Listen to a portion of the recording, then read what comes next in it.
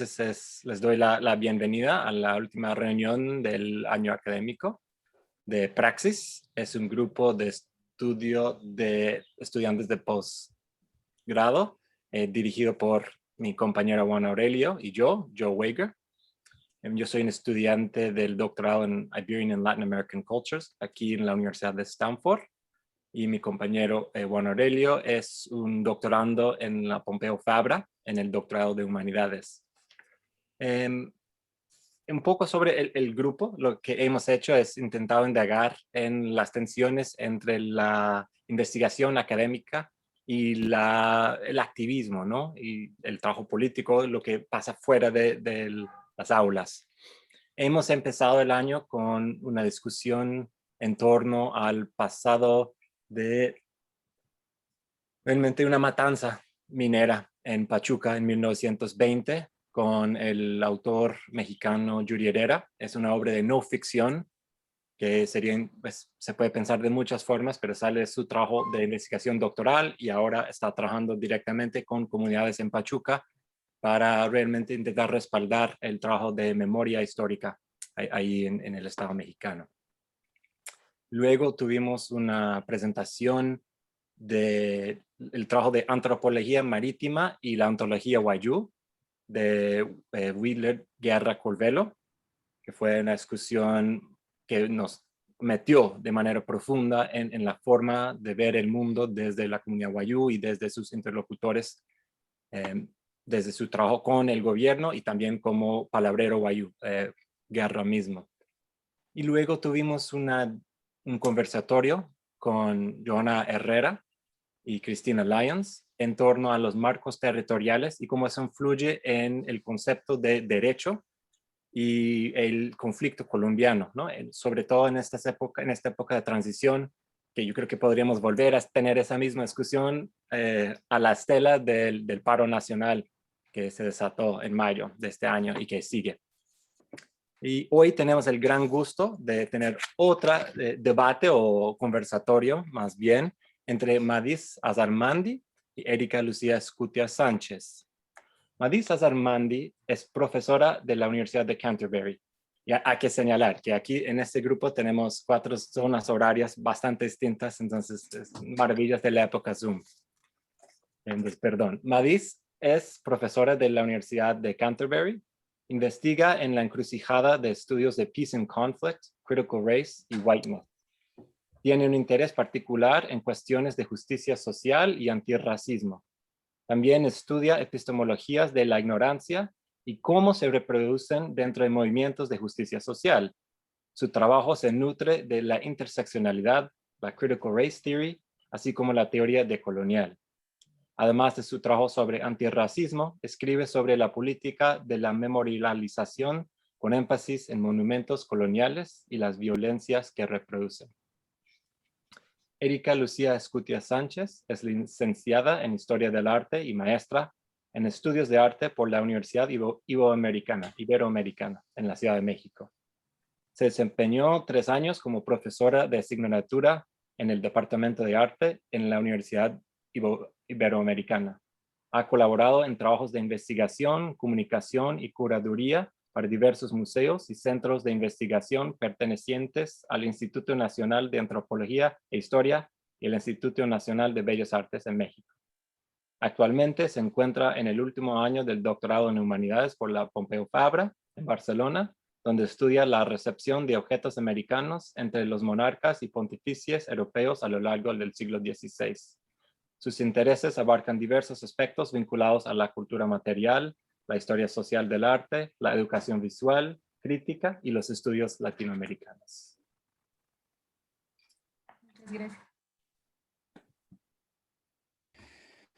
Pues por mi parte también le doy la bienvenida a este último evento de este proyecto de trabajo, de este grupo de trabajo. Muy contento y muy agradecido de tener aquí a Mahdis y a Erika, que son 2 personas que hacen un trabajo que personalmente me gusta bastante, que he estado siguiendo desde que las conocí justamente en Barcelona.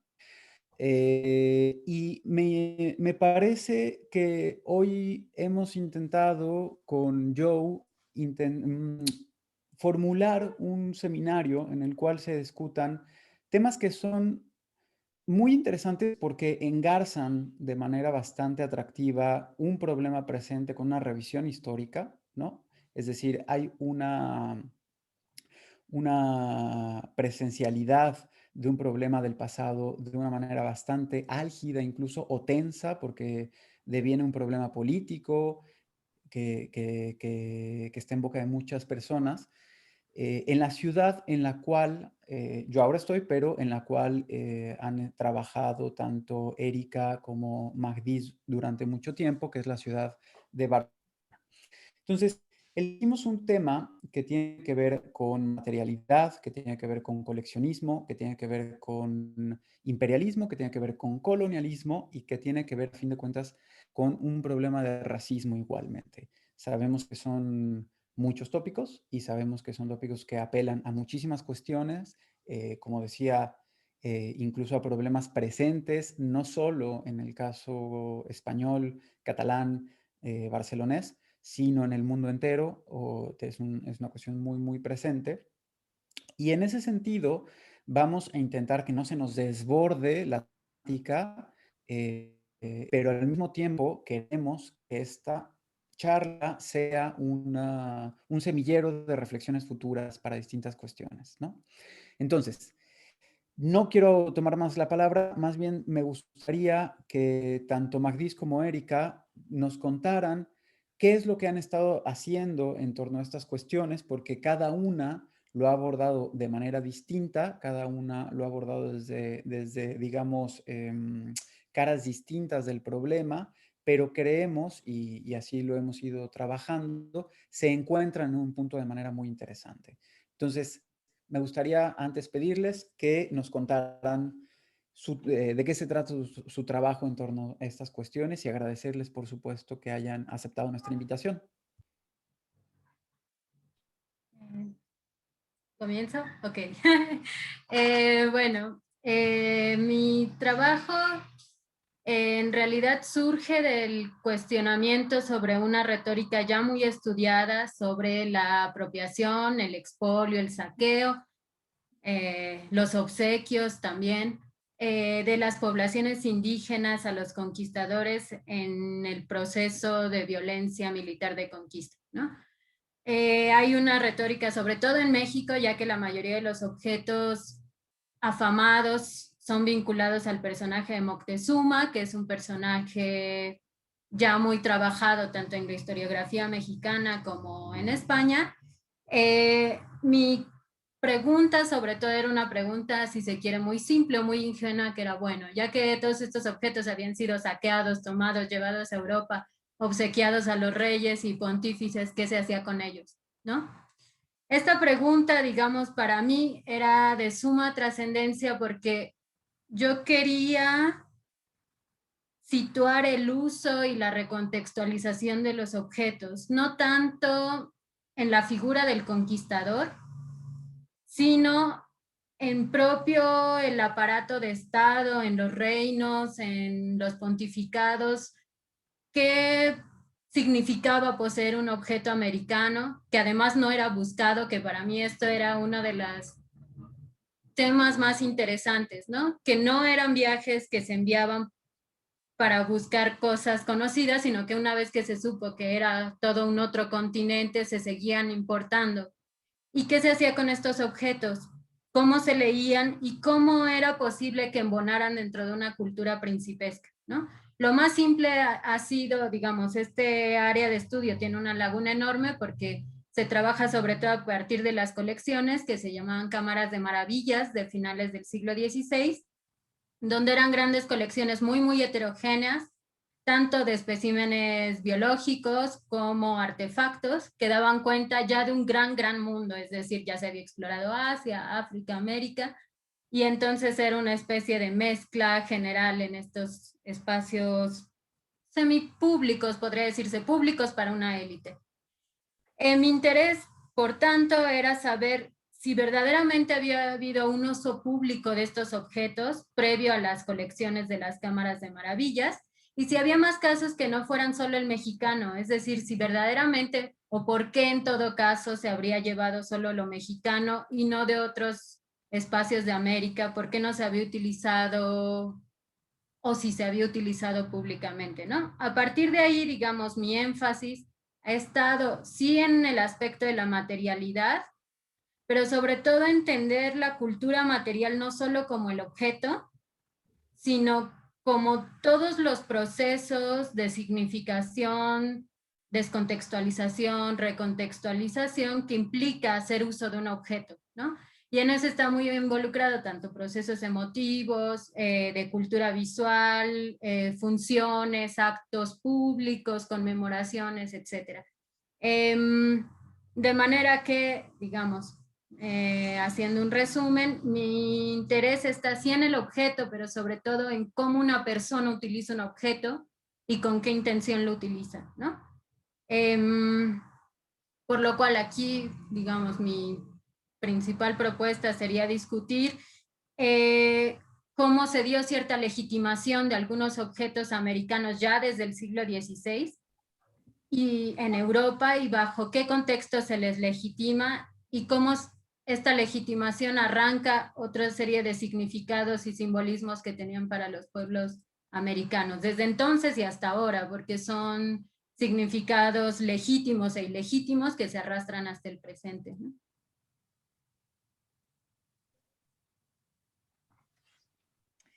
Vale, pues mi trabajo es conectado pero muy diferente. Yo trabajo sobre todo el tema de movimientos antirracistas y el tema del racismo dentro de Europa y solo al margen el tema de los monumentos, y lo he estudiado a través de los discursos que circulan. Entonces, menos los objetos y los personajes que representan estos monumentos y memoriales o nombres y placas, etcétera, sino cómo se utiliza y moviliza en discursos en diferentes momentos para crear una identidad nacional y local que distingue siempre Europa con el otro no europeo. Entonces mi trabajo ha estado sobre todo sobre Colón en Barcelona, el monumento de Colón y lo que representa. Por una parte, hablando solo de la conquista y la violencia que invisibiliza el discurso municipal frente a este monumento, y el otro caso es el monumento de Antonio López y López. Pero últimamente, y sobre todo para esta charla, lo que he estado trabajando es realmente los momentos de autorreflexión, bueno, limitada, pero sí de autorreflexión interna dentro de Europa, con el tema de la memoria colonial frente a objetos tangibles, ¿vale? No hablando de la memoria colonial como algo que circula fuera de objetos también, sino basándome específicamente en el monumento de Colón. Pero yo lo leo siempre desde una perspectiva interna a Europa. Entonces, ¿cómo usa Europa, sobre todo ahora Barcelona, Cataluña, España, si queremos, esta memoria que ha empezado a abordar hasta cierto punto esta memoria, cómo lo hace y cómo cada vez que surgen estos momentos de tensión y autorreflexión, vuelven a crear una imagen de Europa como moderna y ahora demócrata e incluso justa socialmente, que es incapaz de reconocer la continuidad de la violencia colonial. Entonces, incluso ahora que se aborda el tema de la memoria colonial, el colonialismo se entiende solo como algo que empieza y sobre todo termina en un pasado lejano. Y por lo tanto, estos monumentos ahora, es lo que se está comunicando en el discurso público, nos pueden servir como algo para aprender y entender cierta memoria de algo que empezó y terminó en el pasado. Entonces, mi trabajo es sobre todo sobre discursos, cómo circulan estos discursos, qué tensiones surgen dentro de diferentes discursos que circulan y sobre todo el tema de la ciudad de Barcelona, que es una ciudad que ahora se posiciona como dicen, abierta y solidaria, una ciudad de refugio, de refugiados, ciudad de refugio, sí, es una ciudad de refugio, es supuestamente abierta hacia personas refugiadas, al mismo tiempo que se está creando o militarizando lo que es la fortaleza Europa cada vez más frente a los vecinos del sur, ¿no? Así que a mí, yo no pienso tanto en un objeto como objeto, sino sobre los discursos que movilizan y surgen frente a cierto tipo de objeto tangible colonial, entre comillas. Porque voy a hablar un poco sobre Colón en particular como algo que intenta desvincular el colonialismo más bien que recordar el colonialismo. Bueno, me parece que se hace claro que aunque las aproximaciones de cada una son distintas, en ambos casos hay una concentración en los procesos de significación, ¿no? Es decir, creo que justo el punto de encuentro está ahí, ¿no? En la manera como distintos objetos y monumentos cobran un significado, que a fin de cuentas, diría yo, es la dimensión donde realmente hay una posibilidad de discusión. Es decir, Sí. después podemos tener discusiones de otro orden, muchísimo más centradas en distintas cuestiones del objeto, ya sea aquello que se haya podido traficar de las Américas, ya sea aquello que podamos ver hoy en día al final de las Ramblas, hoy en día en Barcelona, ¿no? Pero el nivel de discurso que queremos tensar acá está, más bien, perdón, el nivel de discusión que queremos tensar acá está justamente en ese del discurso, ¿no? Los procesos de significación, que es donde yo creo se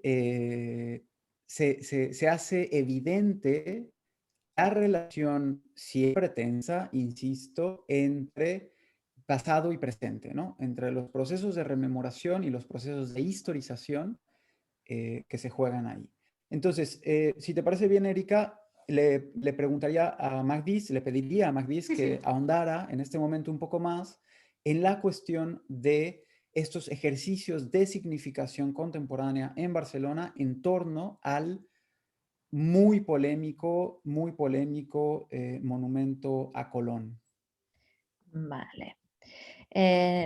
Voy a compartir la pantalla para enseñar unas fotos. Ahora tengo que encontrar dónde está la cosa aquí.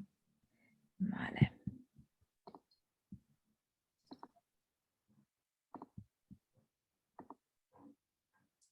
Pueden ver la...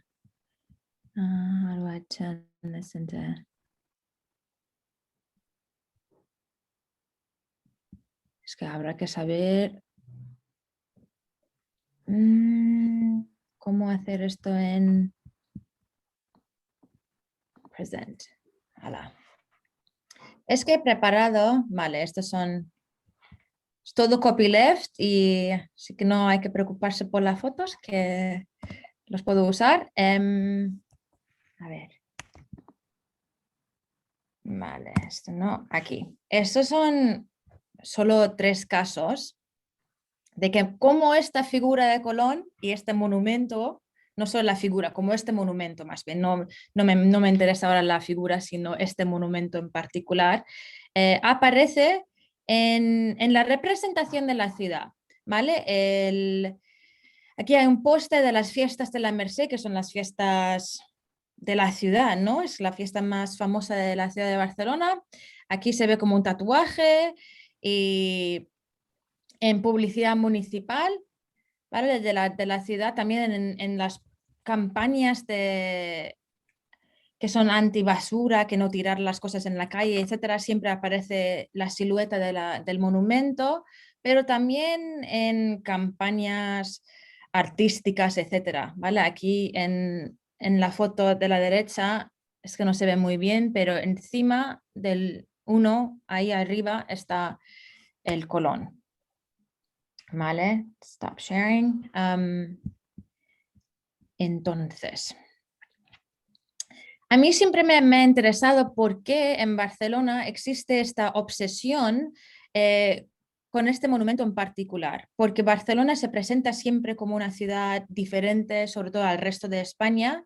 Se autoposiciona siempre más mirando hacia Europa del Norte que mirando hacia España, mirando menos hacia el Mediterráneo y sobre todo mucho menos hacia el sur. Pero sin embargo, Colón como un personaje no se han distanciado tanto de este personaje y menos de este monumento en particular, porque sigue circulando como uno de los puntos muy famosos en la silueta de la ciudad. Es al lado de la Sagrada Familia, la Torre Akbar, que es un edificio bastante moderno y bueno, de los últimos 20 años o algo así, y este monumento. Entonces, yo me preguntaba, ¿qué es lo que pasa con este monumento en particular? Y lo que quiero proponer ahora es criticar un poco esta posición simplista que sugiere que Colón es simbólico, que mantiene simbólicamente los legados de la esclavitud, o que Colón se ha convertido en un sinónimo de la conquista de las Américas. Ahora, no quiero decir que no es sinónimo con la conquista y que no representa violencia, pero realmente si miramos este monumento en particular, el monumento ha servido para contar una historia interna de Barcelona y en parte de Cataluña y España, pero me centro ahora en Barcelona, para comunicar algo sobre el presente y el futuro de Barcelona, más que su pasado, ¿vale? Y quiero hablar de 3 momentos claves. Una es la construcción del monumento en el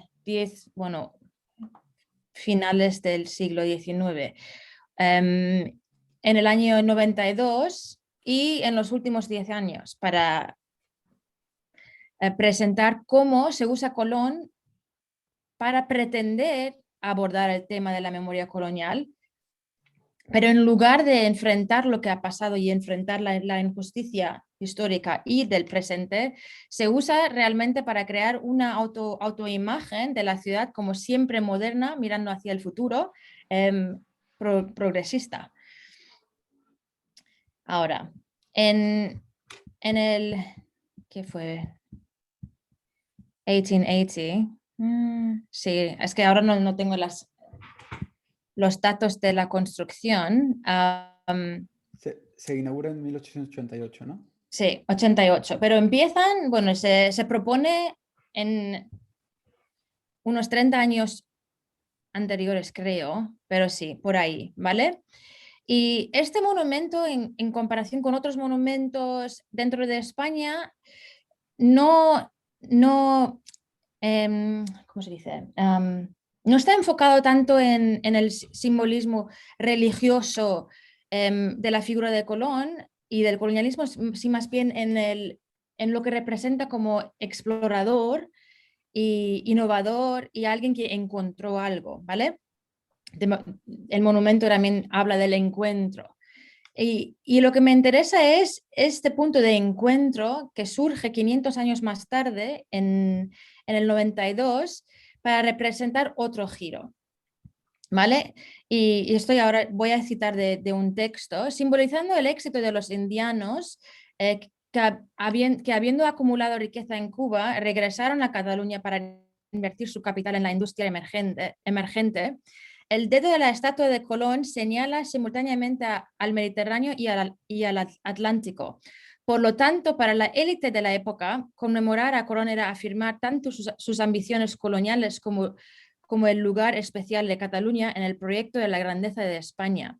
¿Vale? Entonces, en la construcción de Colón, este papel de riqueza de la élite catalana y también de la figura de Colón como un hombre moderno y esto surge en los archivos, en los periódicos de este momento, está en el centro de cómo se vende este monumento para el turismo en Barcelona, cómo se centra en este monumento como la joya de la Exposición Universal del 88 y cómo se representa en los discursos turísticos para atraer turistas a esta zona de Barcelona, ¿vale?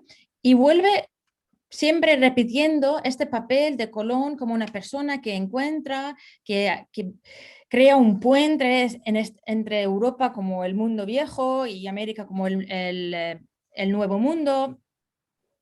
Que sí también normaliza la idea de que España conquistó y civilizó al resto del mundo. Pero lo que se pone en el centro de todo este debate es Colón como un hombre libre, moderno, con valores que reivindican a Cataluña y Barcelona en particular. ¿Vale? Y esto es cuando se construye. En el 92 vemos otro momento que también es significativo. Bueno, hay que decir que en el momento que se construye este monumento es como el final de la edad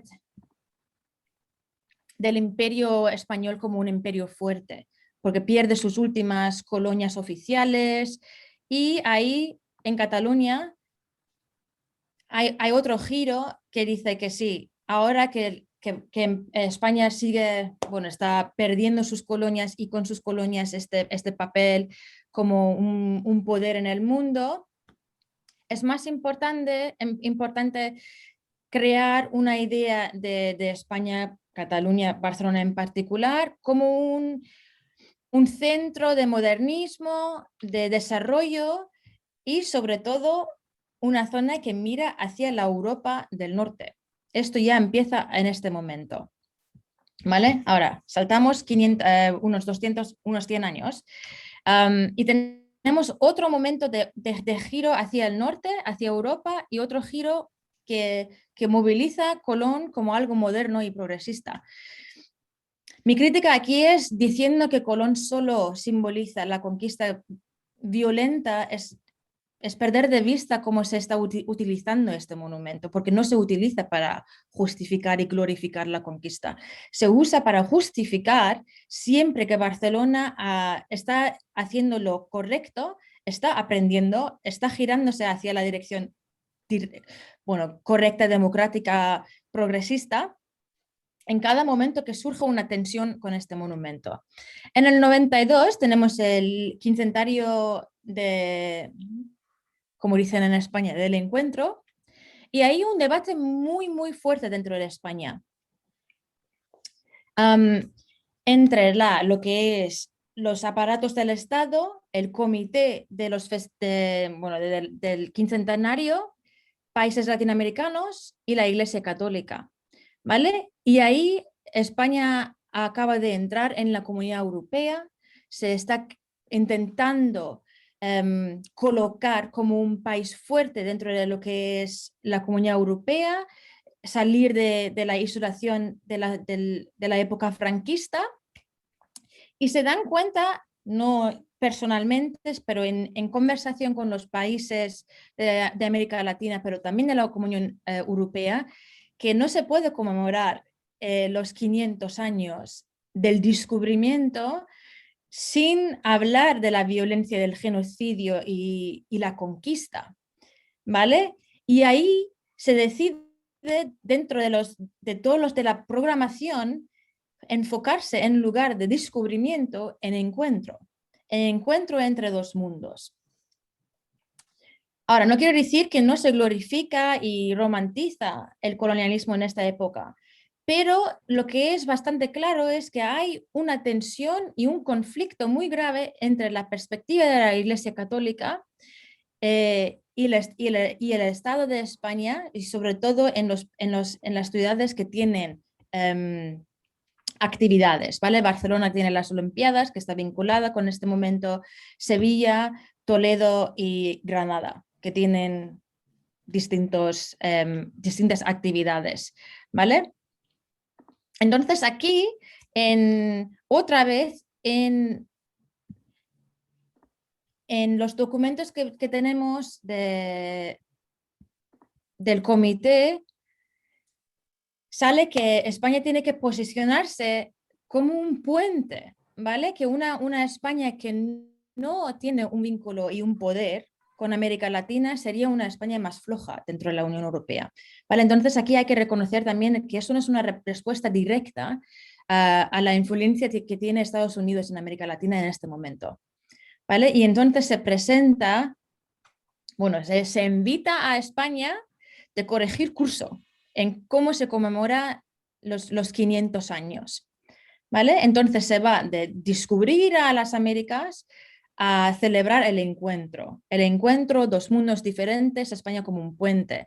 Entonces, otra vez, España se posiciona, y ya estoy hablando aquí más bien de lo que pasa en el país, tiene que elegir entre ser moderna y progresista o mantener este papel más tradicional que quiere decir que lo que hicieron en las Américas fue llevar civilización. Y este debate es muy fuerte entre la Iglesia y el Estado en este momento, porque la Iglesia dice que lo que estamos viendo es revisión de la historia.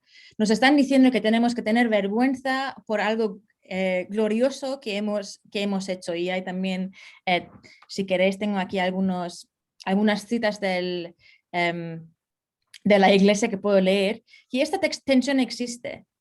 Entonces, el 92 es uno de esos momentos en el que Barcelona y España en general se tienen que enfrentar con una memoria colonial, y lo hacen a través del discurso del encuentro y de modernidad, ¿vale? Que somos modernos. Porque somos modernos podemos ahora reconocer que esto, vale, tuvo unos momentos negativos, pero en general nos ha permitido tener una conexión, ¿vale? Aquí hay una conexión, aquí somos...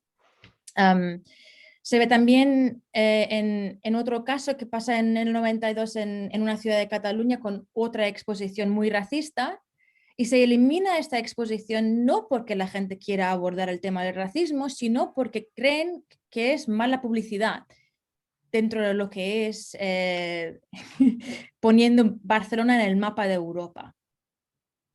Ahora, si hablamos de los últimos 10-15 años, podemos ver un giro memorial dentro de Europa, sobre todo en países del norte como Alemania, los países que han tenido, bueno, que han participado mucho en el nacionalsocialismo, que es trabajar en la memoria del nazismo en el norte de Europa, con Alemania encabezando este movimiento. En España este giro se ha centrado más bien en la memoria franquista, pero menos en la memoria colonial. Entonces, España y Barcelona en particular ha empezado a trabajar el tema de la guerra civil, del franquismo, y solo en los últimos años, en los últimos 5 años, ha surgido otra vez el tema de la memoria colonial. El Ayuntamiento de Barcelona decidió cambiar el nombre de la Plaza Antonio López, ha vuelto a abrir un debate sobre el monumento de Colón, y ahora voy a compartir mi pantalla otra vez. Y es ahora el debate de un ayuntamiento bastante inclusivo en comparación con otros ayuntamientos, bastante progresista en comparación con otros ayuntamientos.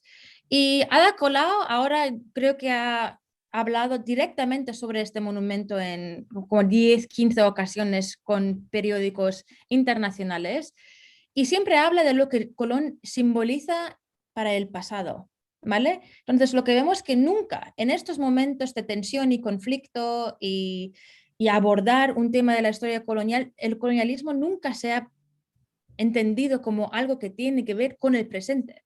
Nunca, jamás.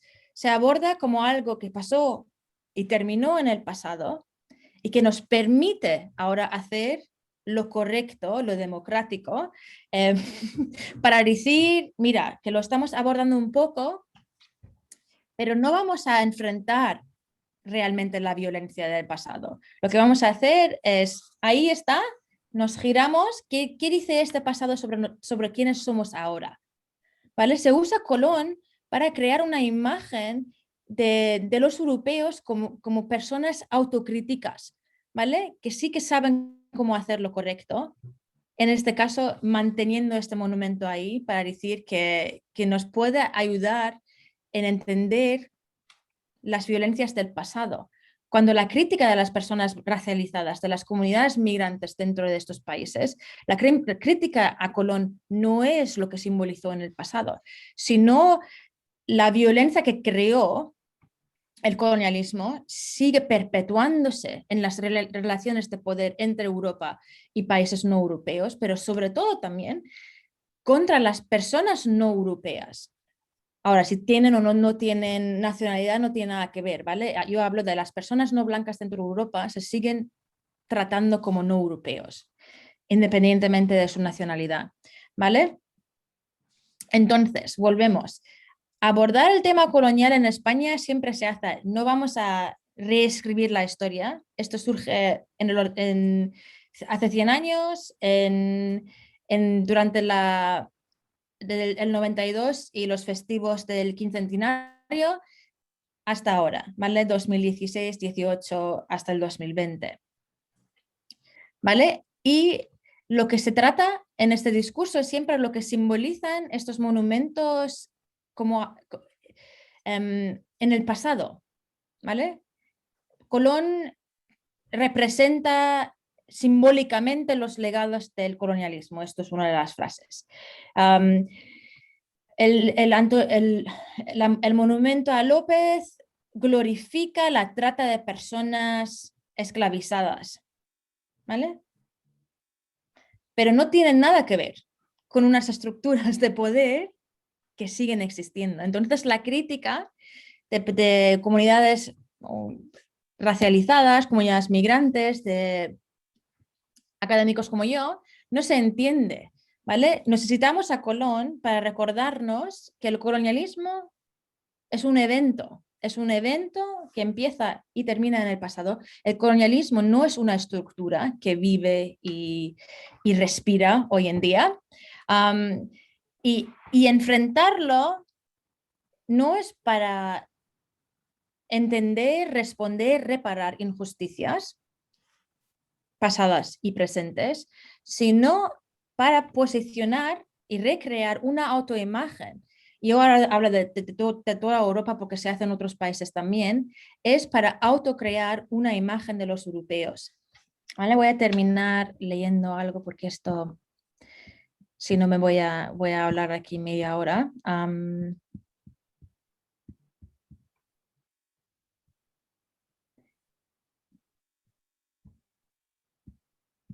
¿Dónde está?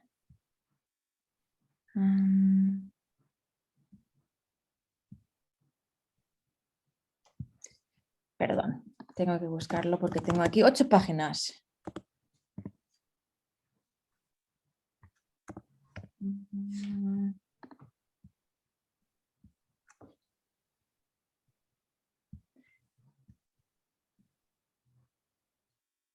Ahí. Vale, y termino con esto. Entonces, este monumento en particular, el año de su construcción, el 92, los eventos más recientes que están vinculados con lo que está pasando en el resto del mundo, se centran en la autoimaginación de Europa y en España en concreto, como precursores de la civilización y progreso. Y hoy de la civilización y la justicia social, porque hoy en día Barcelona es ciudad solidaria y ciudad de paz. La autoimaginación de Europa como precursor de la civilización y justicia social es en sí mismo una afirmación históricamente contradictoria, como aborda MSG en Discurso sobre el colonialismo, quien cuestiona con razón como una cuestión de autoengaño europeo. ¿Vale? Y yo creo que se ve muy bien con este monumento, cómo se usa para autoengañar a los barceloneses de que sí que están haciendo lo correcto, enfrentando su historia colonial. Aunque no es necesariamente el tema que quiero transmitir, porque a mí ahora no me interesa tanto si entienden o no entienden la violencia del pasado.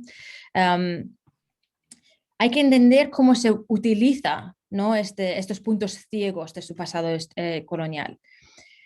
Barcelona no solo ha intentado justificar el colonialismo como algo que ha aportado civilización en el pasado a presuntos paganos y salvajes, sino que en un ápice de ironía sigue presentándose como la mejor que sabe cómo desafiar dicha historia de colonialismo y el racismo que ha producido.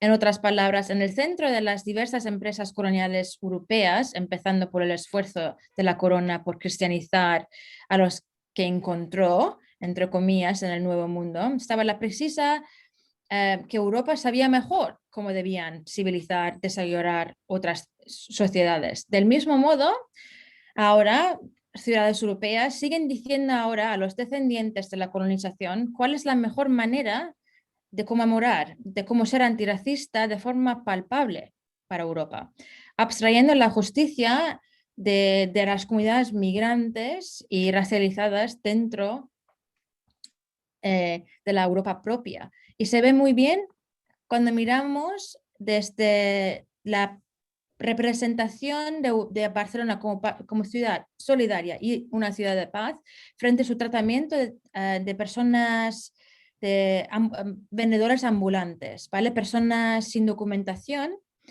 y la violencia policial que ejerce y esto es el Ayuntamiento de Barcelona, frente a personas que no están clasificadas como refugiados, ¿vale? Porque ciudad refugio se refiere a refugiados que vienen como refugiados con todo el trámite, ¿vale? No se refiere a personas que están buscando refugio, ¿vale? Y entonces lo que quiero decir es que me pregunté qué es el objeto de Colón para Barcelona, para esta charla, y me he dado cuenta que no es un símbolo que quiere glorificar y celebrar 500 años de opresión y violencia colonial, sino que en el discurso público, sobre todo el discurso del ayuntamiento, se usa como un monumento educativo para reivindicar una posición de Europa como libre y moderna. Y este papel, esta idea de libertad y modernidad surge desde su construcción en el 92 para el quincentenario y desde los últimos 15 años, pero más bien en los últimos 5 años. Porque somos incapaces de hablar de los monumentos coloniales a través de lo que significan en el presente. ¿Vale? Ahora abordamos el colonialismo diciendo que sí, existió, pasó, pero esto ya se hizo en el 92. En el 92 hubo cierto reconocimiento que sí, ya no podemos decir que hemos descubierto, ahora hubo un encuentro. Y ahora lo que estamos diciendo es que sí, pasó, fue violento,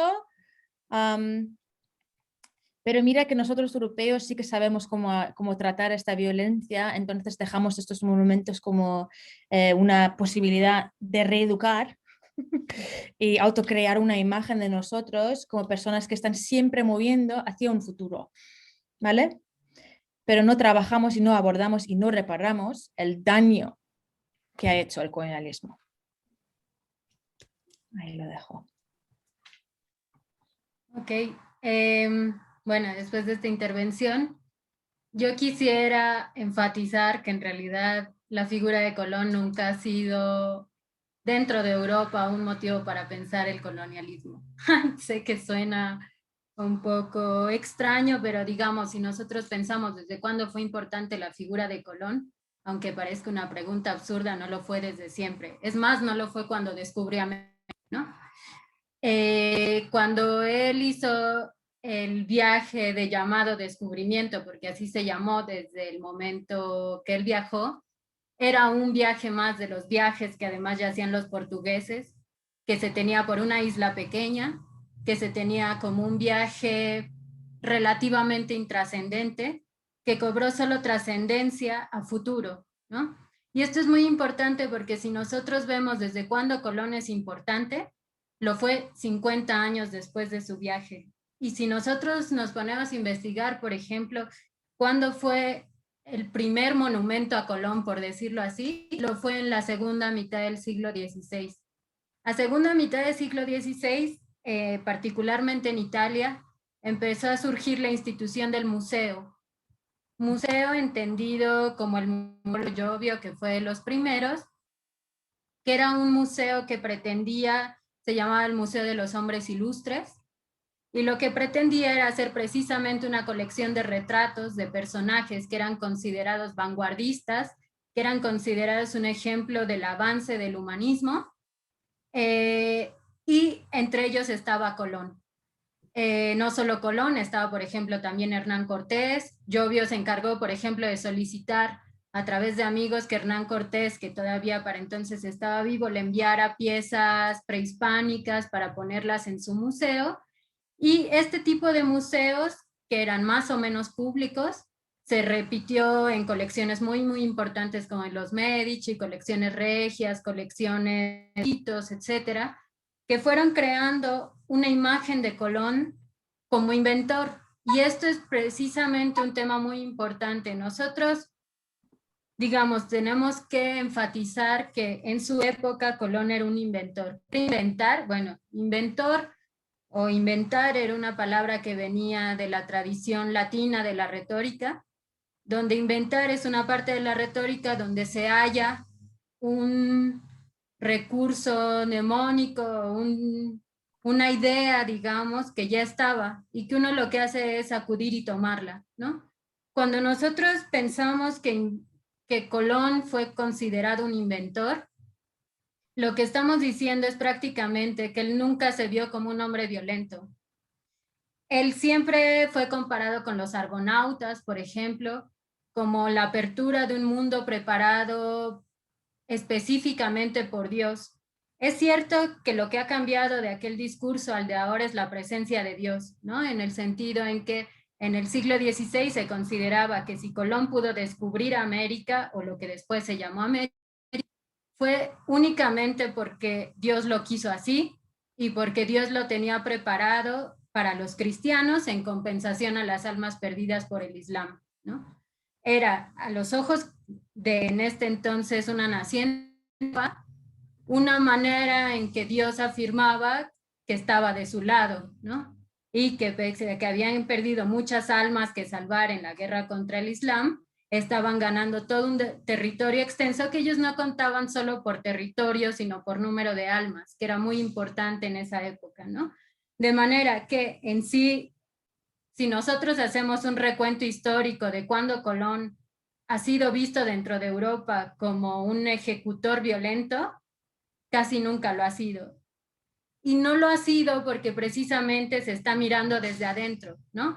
Se está mirando desde el papel de Europa, en principio sí como cristianizador, después como civilizador, después como modernizador, después como guía del mundo. Pero lo que resulta interesante, digamos, también es pensar por qué un monumento o qué papel juega un monumento en el espacio público como ejercicio de poder, ¿no? Cuando se nos dice que Colón lo que representa, o el monumento a Colón lo que representa es únicamente la modernidad, el avance, el progreso, nos están dando ya claves de lectura para ese monumento. Claves de lectura a las que apunta el Estado, a las que apunta, si se quiere, la Iglesia, a las que apuntan las élites culturales, a las que incluso el arquitecto que ejecutó la obra debe de haber plasmado discursivamente, pero que estos mismos discursos niegan la capacidad o la cabida de otros discursos que son los discursos críticos, ¿no? ¿Qué pasa, por ejemplo, cuando un latinoamericano cruza por el monumento a Colón? Sí, Barcelona como ciudad, digamos, podrá hacer un discurso sobre la modernidad, el progreso, pero no quita que hay una perspectiva propia del monumento, del espectador. Y en ese sentido, lo que a mí me parece también, no sé si decir preocupante, interesante, llamativo, es que cuando se hizo el monumento a Colón y esta reivindicación en los 90 sobre la teoría del encuentro, que era una forma muy clara de disfrazar la violencia militar, del periodo de la conquista, se hizo una teoría paralela, pero que embonaba muy perfectamente, que es la teoría del hibridismo, ¿no? En América se dijo, bueno, ya que lo que ocurrió fue un encuentro precisamente de dos mundos y Colón lo que representa es este inventor gracias al cual pudimos unir dos mundos que si no hubieran estado separados, y qué terrible para ambos, lo que debe ocurrir entonces es un movimiento de hibridación genuino, armónico, que da por, no sé, cuya consecuencia, digámoslo así, es el mestizo, ¿no? Y esto se dio mucho a nivel de la teoría de las artes. No es casual, creo que por entonces, por ejemplo, las teorías de Miguel León Portilla, también se leyó mucho a Gruzinski en esa época sobre el mestizaje, la hibridación, etcétera. Eran teorías que permitían no negar la violencia, pero sí ponerla en un segundo plano. Y de hecho, ocupar la estética de los objetos para hablar de lo mucho que se logró como progreso estético, es decir, como fusión de dos culturas que crearon un avance, digamos, estético por el cual surgió el alma americana, por decirlo así. Entonces, lo que resulta interesante es el ejercicio simultáneo de ponerse como guía o líder del mundo, dar las directrices a América de cómo se tiene que sentir respecto a este encuentro y después perpetuar ese tipo de monumentos, porque el monumento a Colón al final no está solo en Barcelona, el monumento a Colón está en cada ciudad latinoamericana y se conmemora y se festeja y en las escuelas se habla y se teatraliza el descubrimiento y Colón viene a repetir lo mismo, que él estaba en la búsqueda de un mundo nuevo al cual extender toda la luz que puede irradiar tanto el cristianismo como la civilización, ¿no? En este sentido, nosotros deberíamos pensar, o creo que es muy interesante pensar, ¿por qué tendemos a la monumentalización de estas ideas, ¿no? ¿Por qué no hemos renunciado como América Latina o como sujetos colonizados o como sujetos subordinados a la idea de monumentalizar?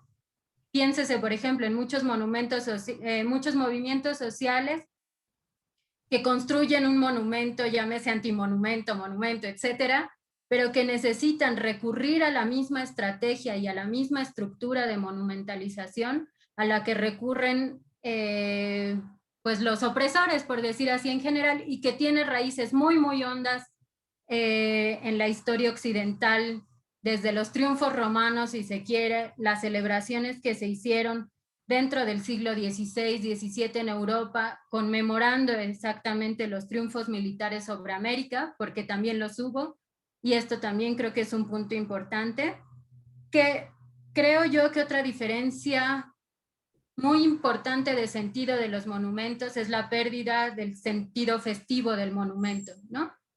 Si nosotros pensamos cómo se hacían los monumentos en el pasado, sí, era la estatua enorme, pero tenía un sistema ritual al cual pertenecía, en el cual había tal día una conmemoración, una fiesta, un festival, un desfile, algo frente a ese monumento.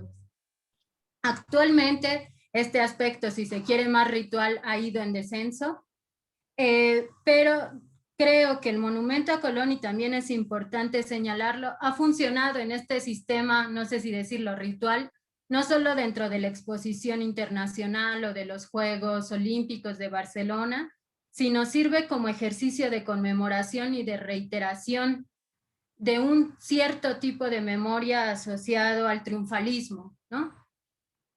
¿El triunfo de qué, digamos, sería la pregunta? Y que al final sigue muy vigente, nos guste o no, en los debates entre más bajos, por decirlo así, o menos cultos entre naciones, ¿no? Basta meterse a los comentarios que se hacen sobre las reseñas de periódicos para seguir notando que hay muchos comentarios que apuntan desde España a que nosotros los salvamos y no seguirían siendo caníbales, haciendo sacrificios humanos, etcétera. Y desde el ámbito latinoamericano, muchos comentarios sobre ustedes saquearon, ustedes robaron, ustedes violaron, ustedes... Es decir, creo que no se ha superado una oposición muy, muy básica sobre qué implicó el ejercicio de violencia, qué implica todavía hoy ese ejercicio de violencia y por qué hay una cierta pérdida que no está dicha en las conmemoraciones frente a los monumentos, ¿no? ¿Por qué si nosotros nos preguntamos Barcelona, o no creo que la ciudad de Barcelona no se dé cuenta de lo que aconteció? Claro que se da cuenta y como Madis apuntaba, lo cierra a un pasado que ya terminó, pero no afronta el sentido de pérdida para el resto, que sí la sigue sintiendo, ¿no? Creo que esta disparidad es la que en realidad crea el conflicto en torno al monumento, o porque ha habido muchísimas protestas frente al monumento a Colón que piden que lo quiten, igual que se ha hecho en Ciudad de México, que se ha hecho en otras ciudades, y preguntarnos también si solo con quitarlo se quita ese sentimiento de pérdida, ¿no? Porque digamos, quitamos el monumento a Colón, y esto en cierta forma también daría por hecho que este periodo ya se cerró, precisamente. Paradójicamente, quitarlo solo implicaría decir, bueno, ya reconocimos que hubo una violencia, quitamos el monumento a Colón, no hay nada más que reclamar. Entonces yo creo que, aunque parezca un objeto cualquiera, digamos, los monumentos y sobre todo de este tipo de personajes tan controversiales, debe hacerse desde un punto de vista muy, muy crítico para poder ponderar cuál es el sentido al que apunta no solo del Estado, sino cómo la gente vive ese monumento, porque también es cierto que si uno acude a Barcelona hay muchos turistas que toman este monumento solo como una bonita vista a la ciudad, es decir, es un punto alto, uno se sube un mirador, observa y fin de la situación. Entonces, negociar el significado del monumento, negociarlo sí a nivel institucional, pero también a nivel de grupo cultural o de pertenencia, a lo cual cada uno se siente, es decir, se ha acusado al monumento también de machista, por ejemplo, desde los grupos de feminismo, ¿no? Porque se ha dicho que también las mujeres participaron en estos procesos y que han sido invisibilizadas. Pero, digamos, poder negociar los sentidos y legitimarlos todos, creo yo que es la cuestión más difícil del contexto actual, que ya no solo es necesario reconocer que hubo un ejercicio de violencia como lo fue en el 92, sino preguntarse por qué no podemos salir de la estructura de necesidad del reconocimiento o repudio a un monumento y por qué este monumento puede aún apelarnos tanto como comunidades. Bueno, con estas preguntas yo podría, no sé si quisiéramos empezar como a otro tipo de debates o qué piensas.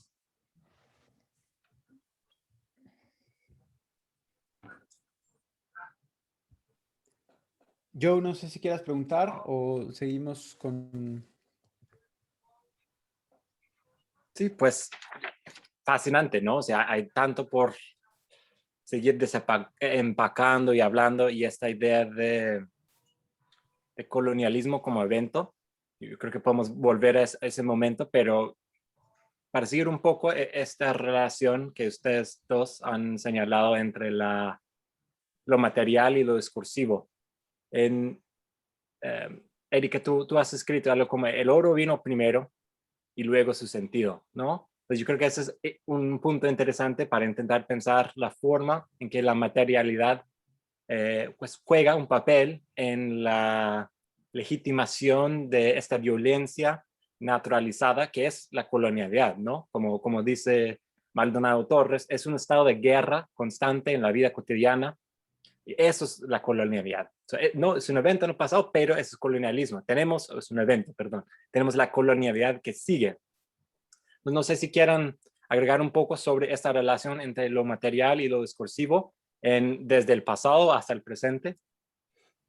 Bueno, en lo que a mí respecta, lo que quisiera decir es que, en efecto, hay una serie muy interesante de John Berger que se llama Modos de Ver, que ya es de los 70s, donde él hablaba sobre lo inmóviles y lo silenciosas de las pinturas, ¿no? Nosotros normalmente por lo menos desde mi campo de historia del arte, creemos que las pinturas siempre hablan, ¿no? Y nos dicen cosas. Pero el punto interesante de Berger es pensar que en realidad esos son los objetos, son objetos sumamente silenciosos. Y que este es precisamente el problema del objeto, que al ser tan silencioso, cualquier discurso puede enlazarse con él a partir de un pequeño signo, ¿no? Es, por ejemplo, interesante que la reivindicación de Colón, o Colón, resulta ser un enigma tan interesante precisamente porque se tienen muy pocos datos biográficos certeros sobre él.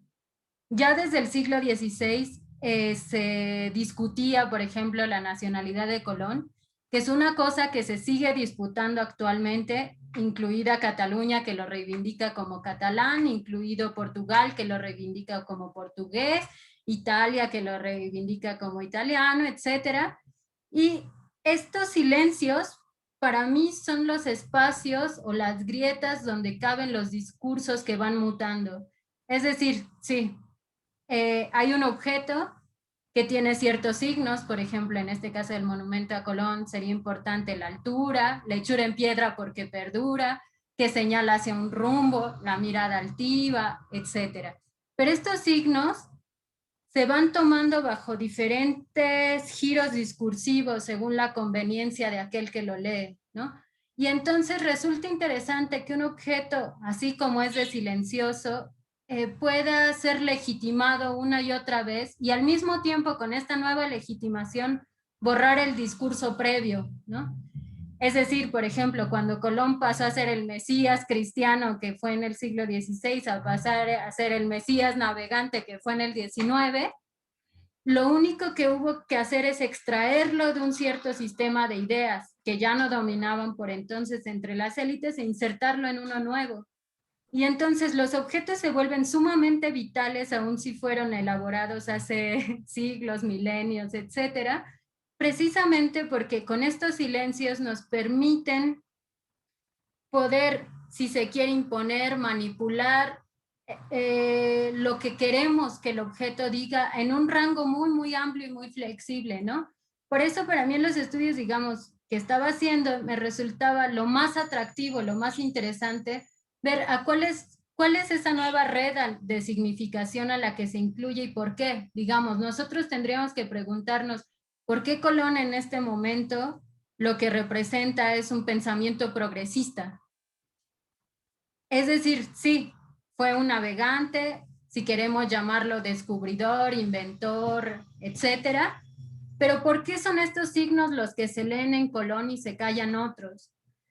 Y en ese sentido podríamos volver, por un lado, al miedo o a la incapacidad de poder afrontar la violencia colonial, que yo creo que es un momento muy presente en la política, tanto de izquierda, de derecha, en todas las naciones. Es decir, ya hemos reconocido que existe una violencia colonial, pero ¿qué hacer con ella? Aún no nos es sencillo. ¿Cómo se puede pagar una deuda impagable al final? Porque todo lo tomado en la historia no se puede retroceder el tiempo y cambiarlo. Es decir, ¿qué hacemos con el trauma, con las pérdidas, con la violencia?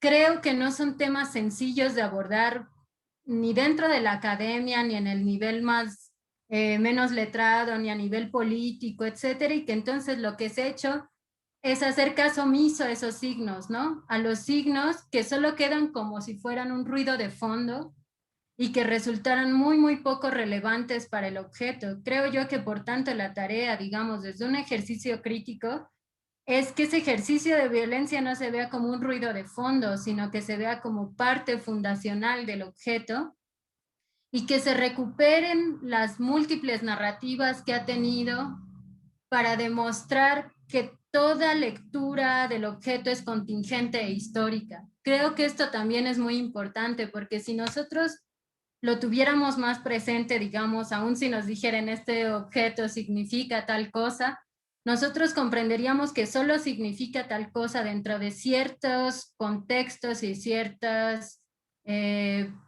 líneas de lectura, pero que no es en absoluto, es el significado del objeto.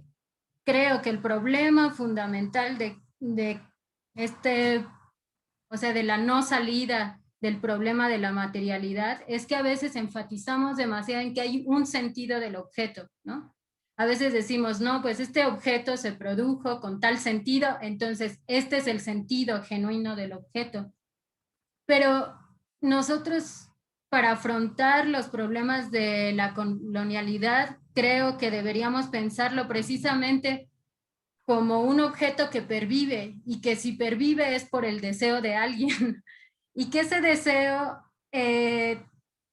cumple ciertas funciones dentro de la estructura general de una ciudad, de un grupo social, de una dinámica cultural, pero que cumple una función. Creo que pensar el monumento como un eje integral de una estructura colonial es lo que nos podría permitir apuntar otros sentidos y validar otras lecturas, porque también es válido hasta cierto punto que el turista solo observe desde arriba y vea la vista bonita de Barcelona, porque así se le ha vendido. De manera que el discurso que él produce sobre la mejor vista de la ciudad solo es consecuencia de la despolitización del monumento a Colón que la misma marca Barcelona ha provocado, ¿no? Entonces, bueno, es lo que yo tendría que decir al respecto. Seguro Maris tendrá muchos más comentarios. Yo lo que veo, y de acuerdo que a mí muchas veces en las críticas hacia el monumento lo que veo que lo que falta es justamente conceptualizar la historia y ver discursos dentro de un contexto histórico, porque no tiene solo un significado, y es también lo que moviliza la marca Barcelona para decir, pero no, es que la gente no lo ve como un monumento a guerra. Porque yo lo presenté en mi primer artículo diciendo que el monumento a Colón realmente es un monumento a guerra, ¿vale? Y a una guerra que continuada. Pero ahora lo que veo es, yo creo que sobrevive porque Europa lo necesita. Y Europa se crea esta idea de un hombre europeo, y digo hombre porque se desarrolló a través de una persona masculina, necesita distinguirse del otro que no es blanco, que no es cristiano, que no es europeo. ¿Vale? Y ahora usamos estas ideas de Colón como explorador, Colón como un hombre moderno, para recrear ya no una Europa cristiana, civilizadora, superior, sino una Europa que es fundamentalmente moderna y hasta cierto punto incluso crítica de sí misma, ¿no? Y yo creo que esto es lo que a mí lo que me interesa entender, es que no hemos conseguido hablar del colonialismo y de su memoria sin siempre hablar de cómo Europa necesita autocrearse, autoengañarse de quién es. Y seguimos haciéndolo con Colón en particular en Barcelona como una marca, porque se ha convertido en una marca. Es que Colón es la representación visual de Barcelona no existe sin este monumento. Es que él está siempre ahí en la silueta en todas las campañas de la marca Barcelona, ¿vale? Entonces, no podemos decir que no simboliza nada, ¿no? Es como un monumento más turístico y con la mejor vista, porque se vende así en el material turístico. Lo que quiero decir yo es que estos monumentos realmente sirven una y otra vez más para crear Europa. ¿Vale? Primero a través de la conquista y la violencia, pero luego a través de este discurso de que, mira, ahora sí que hemos aprendido un poco. Porque tampoco es suficiente decir, vale, vamos a mantener estos monumentos y añadir una placa diciendo que sí, se mataron a tantas personas en la conquista. Porque esto es la otra alternativa que está ahora en la mesa, ¿no? Es mantener todos los monumentos y añadir otro discurso para decir, mira, hay varios significados. Pero realmente lo que falta es entender qué ha pasado. ¿Qué es lo que ha pasado? Siempre ausente es la violencia actual. Y no quiero negar la violencia del pasado, pero yo creo que lo que es más importante es entender que el colonialismo produce más de 500 años de violencia, otra y otra vez, ¿vale? Y Europa vuelve a aparatos discursivos parecidos, pero no iguales, porque yo creo que sí que se reciclan algunas ideas y otros se reinventan de nuevo, para contar esta historia del colonialismo siempre desde el punto de vista de Europa. Es siempre una historia interna. Y por eso es tan importante construir el colonialismo como un evento y no como una estructura, ¿vale? El académico australiano dice que el colonialism is a structure, no es un fundamento. Y esto es lo que se pierde de vista. Y a mí siempre yo no entiendo cómo esta idea de lo que no se sabe de Colón se puede utilizar para salvar este personaje, ¿no? Es que a ver si es de Cataluña o si no lo es, ¿qué importa? Nadie pregunta por qué. Realmente da igual si fuera italiano, portugués, español, ¿qué cambia? Bueno, ¿Vale? yo ¿Qué creo que lo cambia? que Si cambia es ahora, el discurso actual. ¿Entienden lo que quiero decir? Es que necesitamos este mito para poder llenarlo con la idea de que este personaje, y no solo pero este personaje en particular, nos puede indicar algo sobre nosotros y quiénes queremos ser hoy en día, que no es fundamentalmente tan distinto a lo que quisimos ser hace 500 años como europeos, ¿vale? Y en Alemania pasó algo muy parecido con este concepto de la hora cero, ¿no? Es que pasa el genocidio del holocausto y Europa se despierta repentinamente de un momento violento de su propia historia y se reinventa como la cuna de conocimiento, de enlightenment. Esto no ha cambiado. Y bueno, es que tengo muchas críticas hacia los dos lados porque tampoco yo no entiendo lo que nos sirve quitarlo solo quitándolo. Que quiero más en este debate, quiero realmente una postura política entre dejarlo y decir que ahora hemos aprendido, que no se ha dicho, no se ha dicho en Barcelona. Lo único que se ha dicho en estos discursos municipales es que se ha reconocido que es un monumento controversial, ¿no? Hay tensión, tiene sus problemas, pero realmente no pensamos que simboliza lo que la gente dice que simboliza. Y si hay un reconocimiento, es un reconocimiento del simbolismo, no de la violencia tangible, no de la violencia real. ¿No? Se critica a Colón por lo que leí antes, es por su simbolismo al legado del colonialismo. Pero a ver, no hablamos del simbolismo del legado del colonialismo, porque no hablamos del impacto material que conlleva conmemorar una persona como Colón.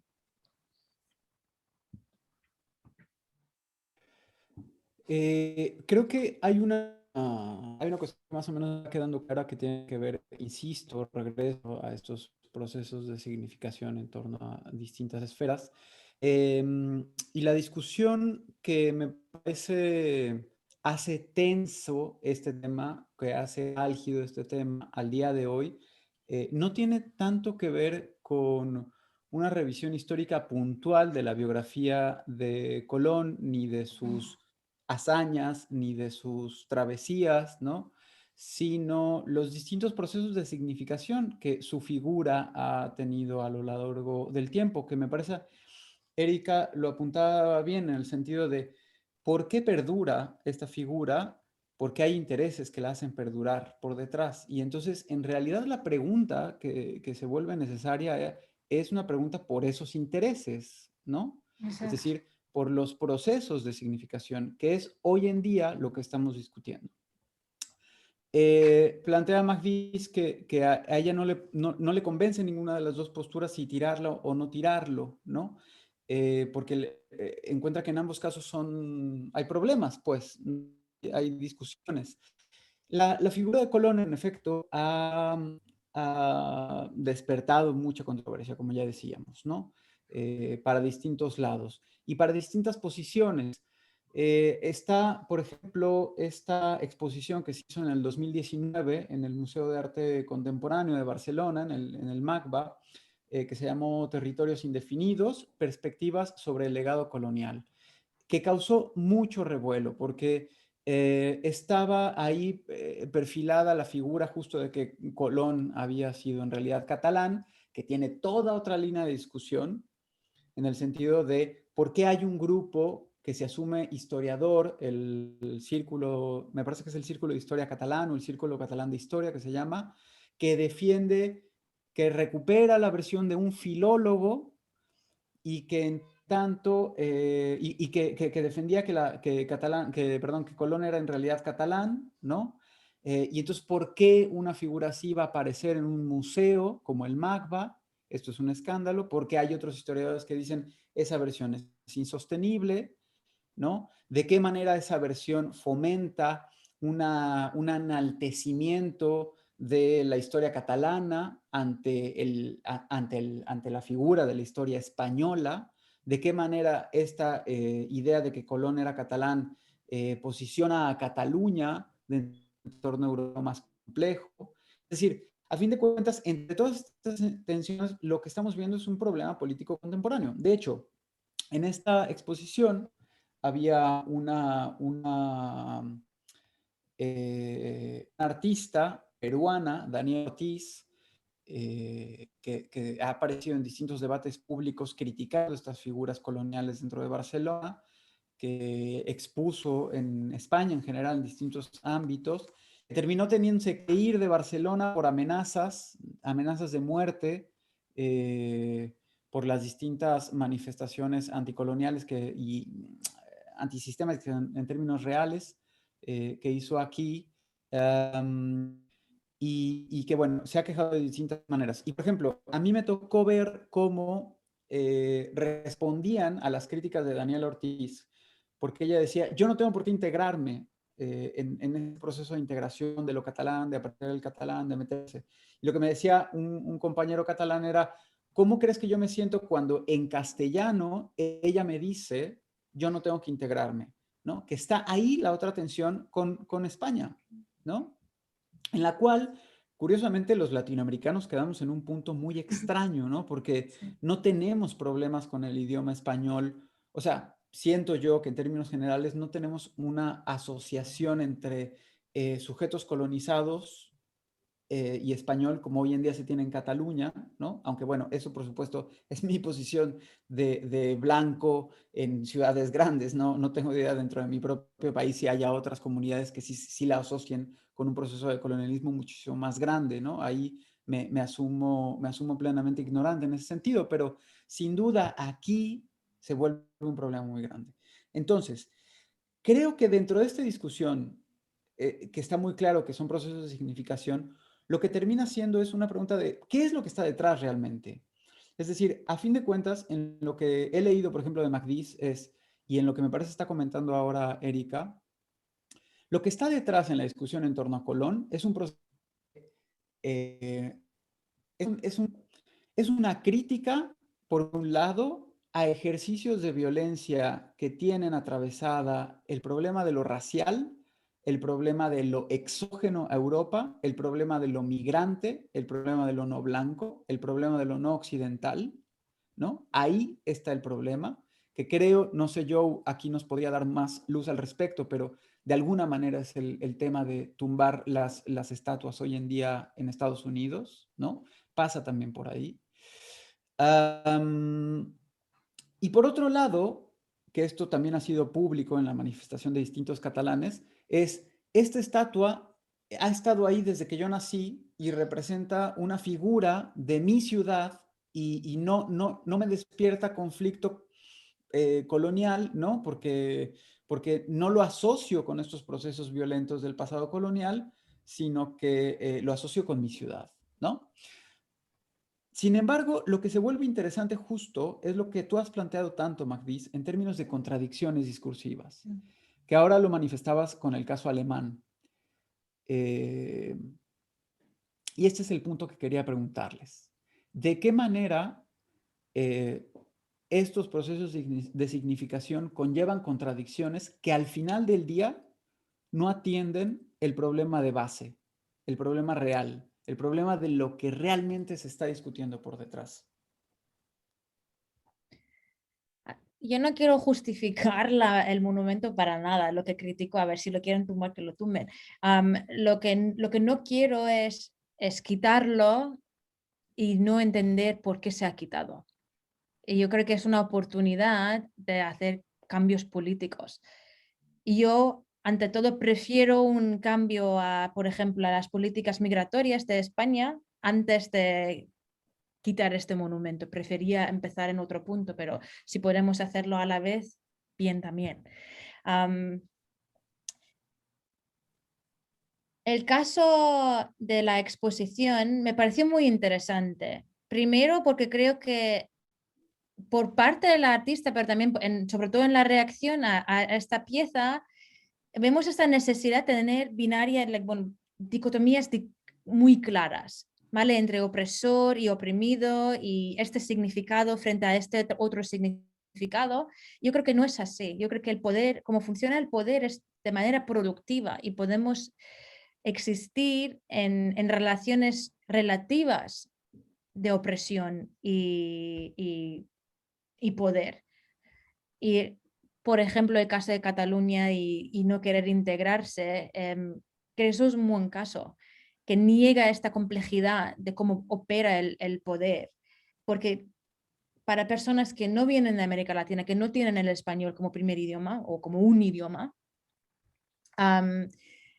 existen unas realidades dentro de lo que es Cataluña que no existen para personas de América Latina, ¿vale? Lo que no quiere decir que no puedan todos sentir racismo y discriminación, ¿vale? Entonces estamos tan obsesionados de tener posiciones muy claras y yo creo que lo que he oído yo en lo que estaba diciendo Erika es que es un poco más complejo porque hay que entender cada contexto histórico, pero lo más importante es entender lo que está haciendo el discurso, de qué está distrayendo el discurso realmente. ¿Vale? El argumento de que esto es mi ciudad y yo lo que veo es una identificación con mi ciudad. Lo que yo siento es, si alguien me dice que no quiere aprender catalán, pues yo lo que siento es un rechazo, es otro intento de oprimir mi cultura y mi lengua. Que no estoy diciendo que no pase, que yo creo que sí que está pasando también, pero ¿de qué está deslocalizando? Pues que esta articulación deslocaliza el problema, ¿vale? Estamos hablando de un problema que es realmente la colonialidad y se convierte en otro debate.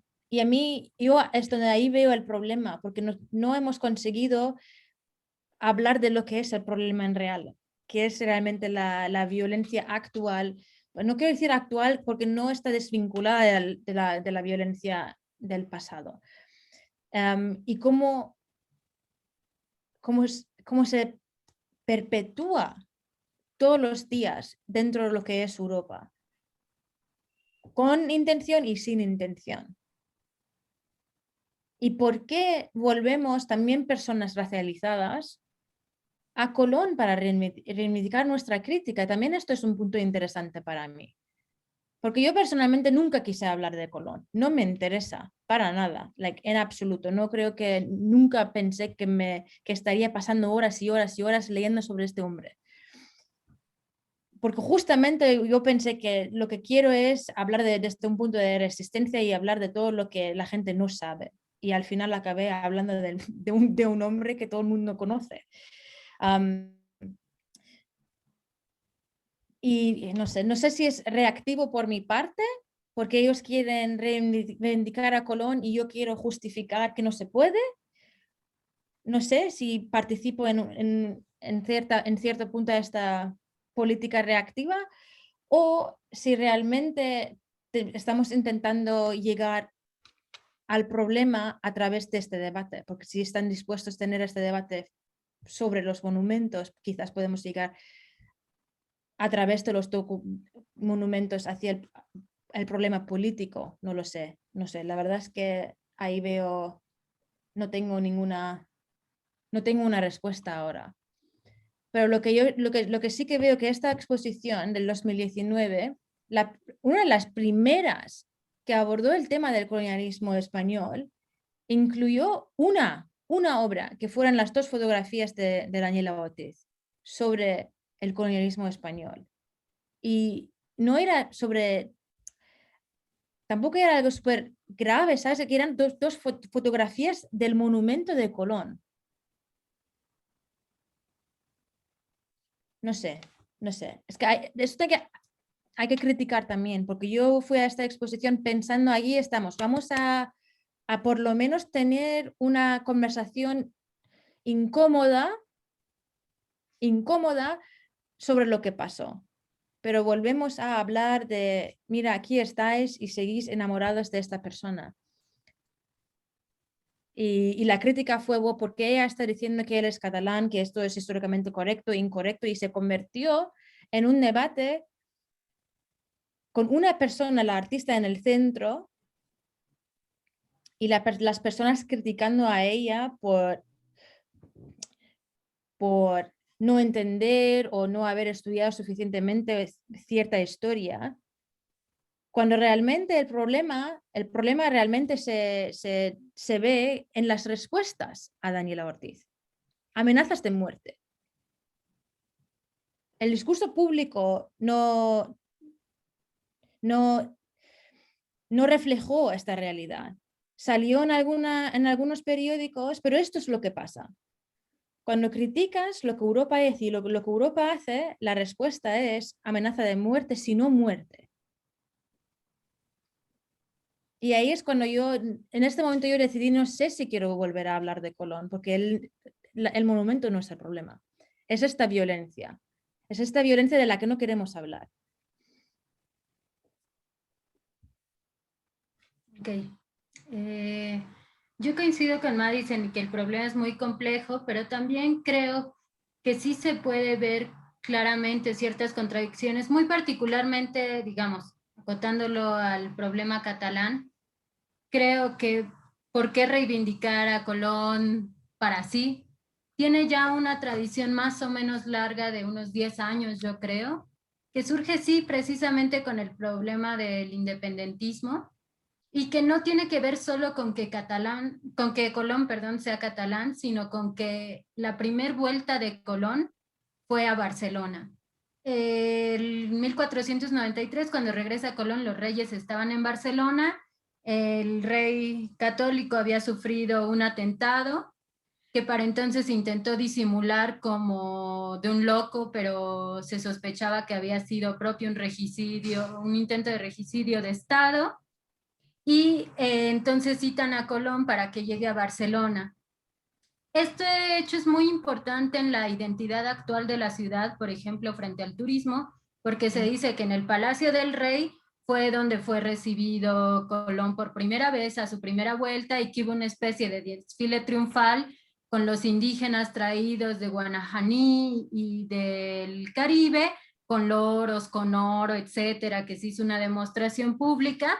Y también resulta que el primer evangelizador que viene desde, digamos, acompañando a Colón en el segundo viaje es catalán, que es Boyle, que está en el convento de San Jerónimo de la Murtra, que está cerquísima ahí en Badalona, y entonces se inicia toda una reivindicación de Cataluña como primer participante y primer descubridor de América. Esto es muy importante porque después, con la muerte de Isabel la Católica, se da una separación y el reino de Aragón queda muy liminal respecto al reino castellano para la conquista y evangelización de América. Entonces, con el resurgimiento, digamos, del independentismo catalán, Colón es precisamente la figura y la primera empresa de evangelización la que más tiende a exaltarse como parte de la participación de Cataluña, sí como civilizador. Esto es muy importante porque es un discurso, por ejemplo, el primer evangelizador en registrar los mitos taínos es Fray Ramón Pané, que también es catalán. Y desde la historiografía catalana se insiste en él como el primer antropólogo de América, ¿no?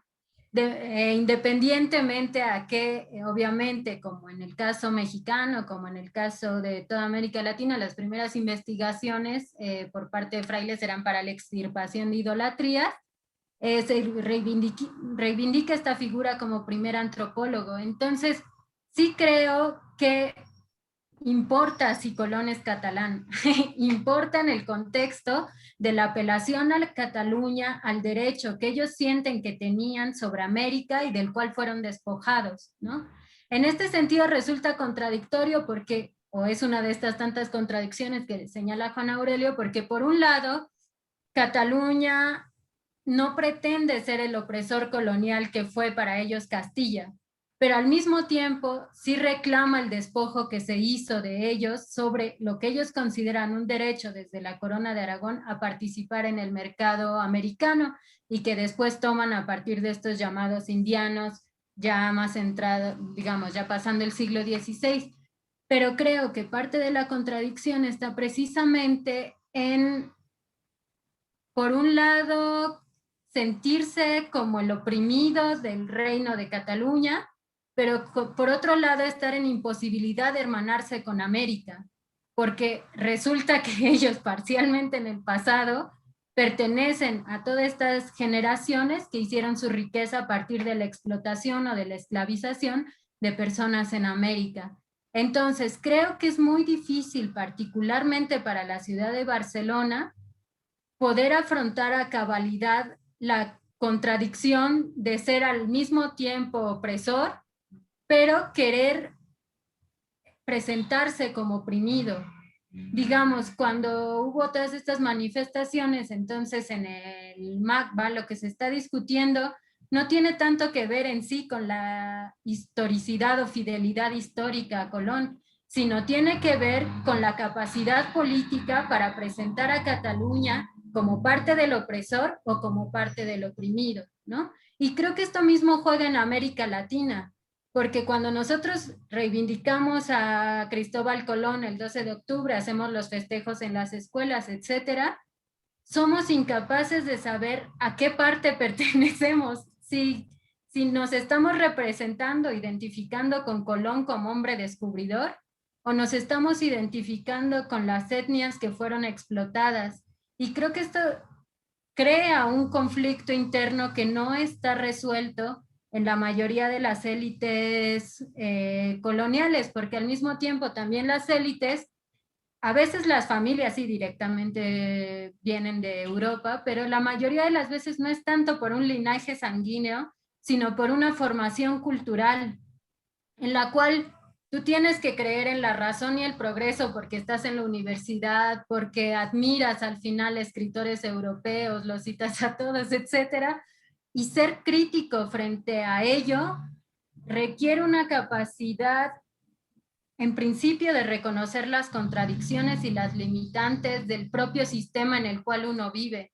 Y después, el episodio, creo yo, más difícil es poder imaginar una alternativa a esa estructura, ¿no? Que es lo mismo que yo apuntaba cuando decía, bueno, ¿qué alternativa tenemos a la monumentalización de la historia? ¿Por qué, por ejemplo, un movimiento muy, muy legítimo como el de Ayotzinapa de los 43 plantó un antimonumento en Reforma?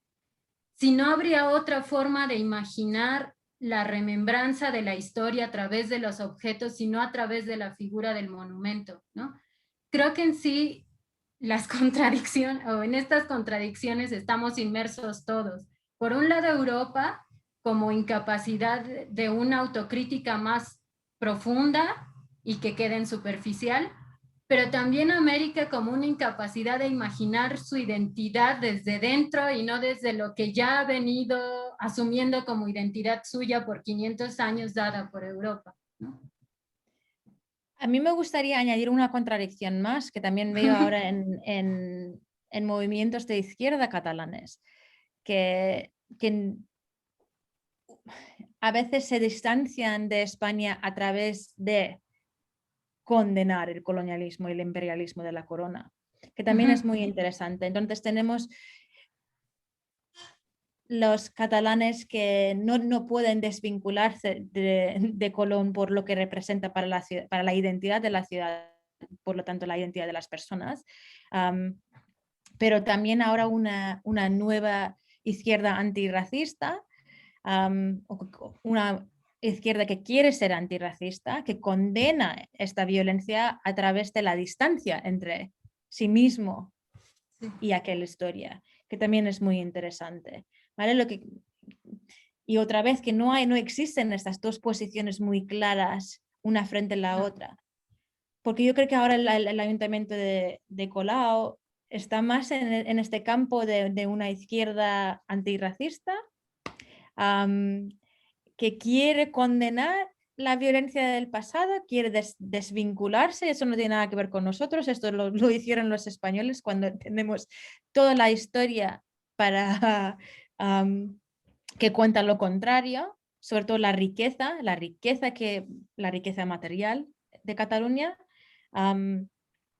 y se crean otras dicotomías, ¿no? La ultraderecha, que sí que quiere celebrar el colonialismo, la izquierda, que es crítica frente a ella, pero nadie realmente quiere reconocer que hay que cambiar algo en el presente. Bueno, hay una pregunta. Veo que hay una... Sí, quisiera darle la palabra a María. Voy a intentar eso. Hola, María.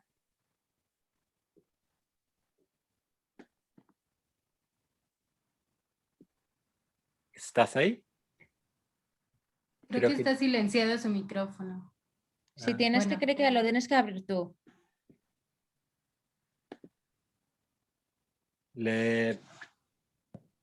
Yo no puedo abrir su micrófono. Yo creo que ya le toca a ella. Le damos un minuto, tal vez sonó el teléfono.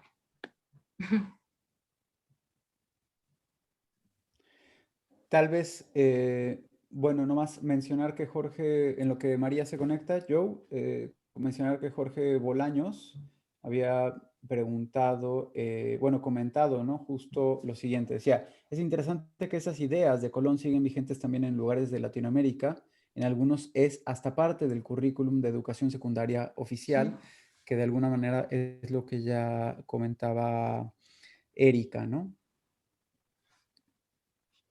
Y Héctor Hoyos también comentó que, bueno, por si fuera relevante, me parecía interesante preguntarles por el rol de la religión en estos procesos.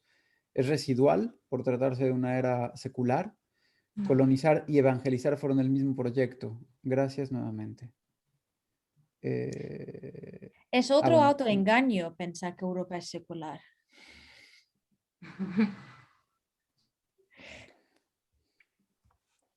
¿En qué sentido lo dices, Macris?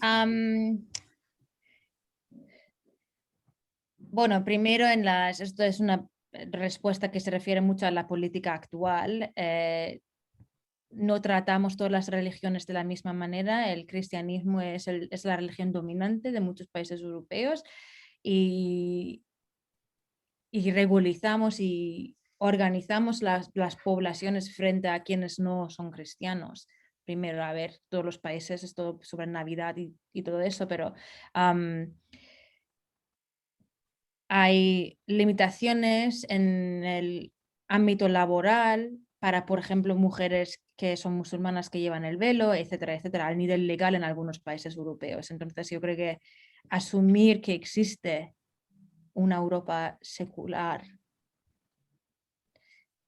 bueno, yo creo que existe una separación entre Iglesia y el Estado en muchos países y queremos ser seculares, pero no podemos pretender que no siga teniendo un papel la religión dentro de Europa. Y se ve mucho en debates entre supuesta oposición, lucha entre culturas, esta idea de lucha entre culturas, que se está reciclando mucho unas ideas que existen sobre el Islam, que también son muy parecidas a las ideas de hace 500 años.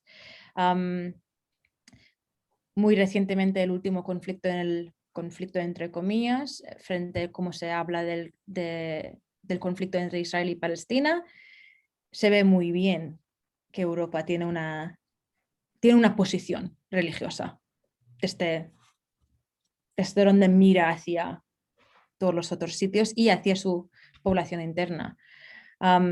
Lo que sí que hemos hecho es crear un desarrollo lineal que va siempre caminando hacia el futuro y que deshace algunos discursos como la religión ahora ya no se puede usar y vamos hablando de otra cosa, ¿no? De desarrollo, y después del desarrollo de la democracia, y quién sabe lo que va a venir en los próximos 50 años, pero creo que la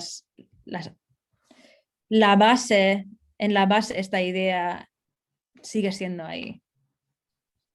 Yo coincido con Madis en que la estructura mesiánica prosigue, es decir, seguimos creyendo, digamos, si se sustituyó el mesianismo como salvación de las almas, pero seguimos creyendo en el progreso y en este ideal alcanzable que tiene que ver con la salvación más terrenal o material a partir del capitalismo, de manera que yo creería que si bien ha habido una negación del discurso religioso, este discurso sigue permeando en la estructura, incluso de cómo pensamos la idea de salvación, de progreso, de individuo, de desarrollo.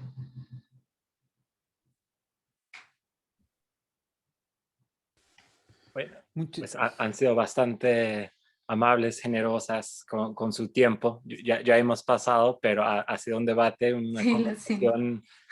Hay muchísimo, ¿no? Podremos quedar acá hasta, no sé, quién sabe cuánto, porque realmente son tantos puntos tan interesantes, pero a manera de cierre, quisiera proponerles, si quieren decir algo sobre lo que tú has escrito, Magdis, sobre la descolonización.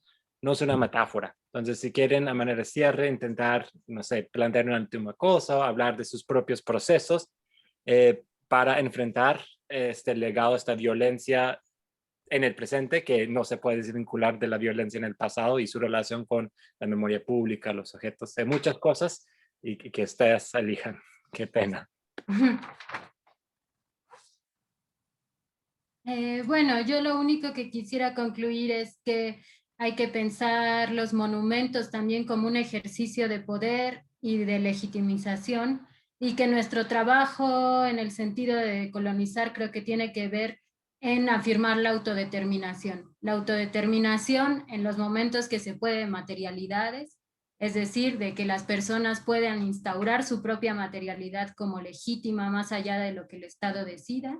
Y en el caso en que no se puede porque las estructuras de quien está abajo no sean lo suficientemente fuertes, sí creo que puede haber una autodeterminación de la mirada. Y que en este ejercicio es muy importante que el decolonialismo trabaje precisamente en pensar otras formas de conocimiento, otras formas de rememorizar, otras formas de hacer crítica a las memorias que nos dicen que son verdades y no que son construidas históricamente, ¿no? Yo me quedaría en eso. Esta frase que la descolonización no es metáfora, no es mía, es de Tucken Yang, que es muy importante reconocer el trabajo que se ha hecho. Sí, yo estoy de acuerdo con todo lo que ha dicho Erika, y lo único que diría es, yo deseo una crítica que vuelva a centrarse también en cambiar realidades materiales. Y yo me incluyo en esta crítica. Hemos pasado mucho tiempo haciendo la crítica al nivel abstracto y de los simbolismos y cambiar nuestra imaginación. Y ahora creo que hay que volver otra vez a pensar cómo podemos desarrollar una crítica abstracta que conlleva unas ideas de cómo ponerlo en práctica. Y lo digo pensando en lo que está pasando ahora en muchos países de Europa, pero sobre todo en el Mediterráneo. Que si yo pienso en cómo podemos descolonizar, cómo podemos entender y aprender de nuestras historias, que también son nuestras historias, es entender cómo podemos parar las mismas violencias que estamos viendo, y esto solo un caso, pero yo cada vez que veo la tele y veo lo que está pasando en las fronteras y la frontera extendida a Marruecos, a África, de Europa, porque Europa no empieza geográficamente de donde empieza Europa, empieza mucho más lejos, que nuestra crítica tiene que incluir esta realidad tangible, esta realidad material para personas. Y yo muchas veces me pregunto qué sería tumbar quizás estos monumentos que tenemos en la cabeza, ¿vale? Es que podemos pensar en quitar y tumbar el monumento a Colón, pero estamos dispuestos a tumbar este monumento que tenemos que se llama Europa. Y eso yo sé que es muy fuerte, pero hay que pensar ¿por qué estamos tan obsesionados que viva esta idea que tenemos de ella? Y ¿por qué no podemos imaginar una Europa que es diferente? Y si se puede imaginar, ¿sería una Europa o sería otra cosa? O no sé, y crear otras solidaridades. Yo siempre me pregunto qué sería si imaginamos Cataluña, Barcelona, España como Mediterráneo en lugar de pensarlo como Europa. ¿Cómo sería girar la mirada hacia los lados y hacia el sur, por ejemplo? Solo una idea. Pero sí, si no pensamos que descolonizar es solo una metáfora, hay que hablar de tierra, hay que hablar de inmigración, hay que hablar de capitalismo, y no solo de forma simbólica, de una forma que se pueda poner en práctica. Y ahí los académicos creo que nos tenemos que poner las pilas y ser valiente, de siempre ser, no me gusta la palabra activista, pero personas que organizan. Pues me disgusta bastante tener que terminar esta conversación porque creo que yo me quedaré aquí bastante rato más. Ojalá y podamos tener otros espacios. Me quedo también muy sorprendido de todo lo que se ha dicho, de cómo se han abordado estos temas y que además de justo la casualidad de que estemos discutiendo esto, como decía Magdis, en el entorno en el que lo estamos haciendo, ¿no? Tanto el de Israel con Palestina, lo que está ocurriendo en este momento en Ceuta, en España, lo que está ocurriendo en Colombia, sin duda alguna, todas las movilizaciones, por supuesto, en Estados Unidos, y el resto de cuestiones que siguen ocurriendo constantemente, que no son motivo de noticias periodísticas, pero que están ahí latiendo de manera constante. Estoy muy contento de que hayan podido estar juntas, de que hayan podido estar cada una por su parte. Seguiremos, espero, en contacto. Y bueno, nada, agradecerle a Joe, a Stanford, a Class, este espacio que hemos podido abrir estos meses. Y nada, muchas gracias. Que les vaya muy bien. Gracias a ustedes por la invitación, fue un honor. Gracias. Muchísimas gracias. Y sí, voy a poner la cita. Qué pena. Mea culpa, mea culpa. El trabajo es gran trabajo igual. Si fue cita o no. Bueno, muchísimas gracias y gracias a los asistentes. Sí, hay conversaciones que quedan por seguir teniendo y será un gran gusto seguir teniéndolas y son importantes, ¿no? Como hay que cambiar la forma en que contamos las historias que usamos para contar historias, para citar a Marilyn Strathern, pero también hay que también tener en cuenta ese lado material y estos espacios y esos cuerpos que están siendo pues objeto de guerra. Entonces, muchísimas gracias a todas y seguimos en contacto.